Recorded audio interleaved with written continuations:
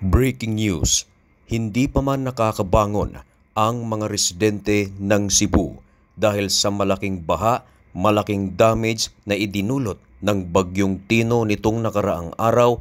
Ngayon, nagbabadya na namang pumasok ang isang bagyo at hindi lang basta-bastang bagyo sapagkat ayon sa ulat, ang bagyong ito ay super typhoon. Tinatawag ito ngayon ng Pag-asa na Typhoon Uwan. Ayon sa mga inisyal na ulat, ang bagyong ito tatahak sa kalagitnaan ng Luzon o sa northern part of Luzon.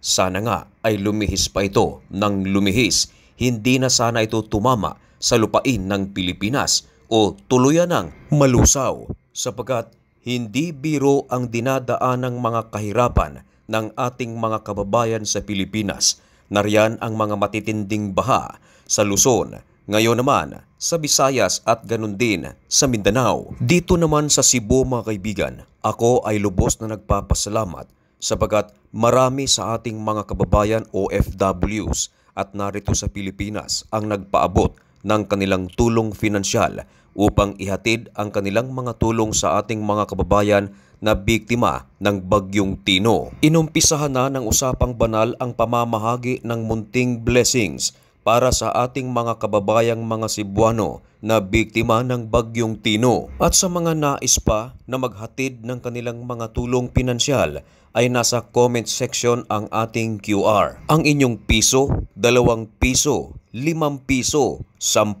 o 100 o pataas ay napakalaking tulong nito. Kapag ito ay nalikom, makakabili tayo ng mga bagay na kakailanganin ng ating mga kababayan sa Cebu at nang sa ganon, marami kayong mapapatuwang mga tao. Lubos na sinalanta ng Bagyong Tino ang Talisay City, maging ang Cebu City, Mandawi City at Consolacion. Meron din sa Liloan, sa Talamban at dito sa Lapu-Lapu. Ang talagang daing ng ating mga kababayan ngayon, bigas at tubig. Dahil marami sa mga lugar sa Cebu ang wala pang kuryente. At dahil walang kuryente, mahirap bumili ng tubig lalong-lalo na't hindi nag-ooperate ang maraming mga refilling station.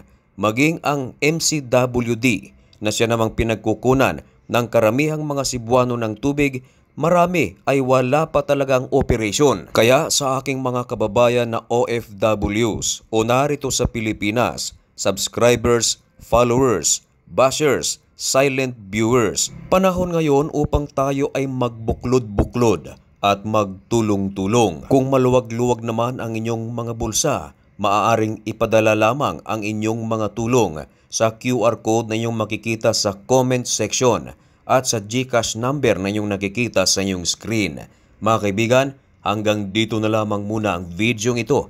May God bless you and thank you so much for watching. Goodbye.